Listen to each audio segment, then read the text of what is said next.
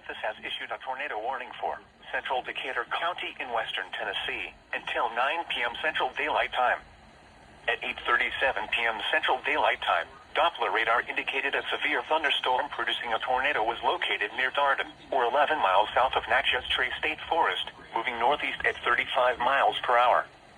Hazard, tornado and quarter-size hail. Source, radar indicated rotation.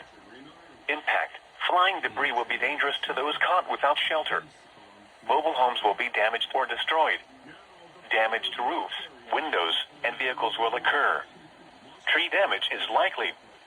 Locations impacted include Parsons, Decaturville, Scotts Hill, Perryville, Bunselltown, Wilkinstown, Mount Tabor, Garrett, Beacon, Hickory Forks, Largo, Cozette, Bible Hill, and Mount Lebanon. Take cover now. Move to a storm shelter or an interior room on the lowest floor of a sturdy building. Avoid windows. If you are outdoors, in a mobile home, or in a vehicle, move to the closest substantial shelter and protect yourself from flying debris.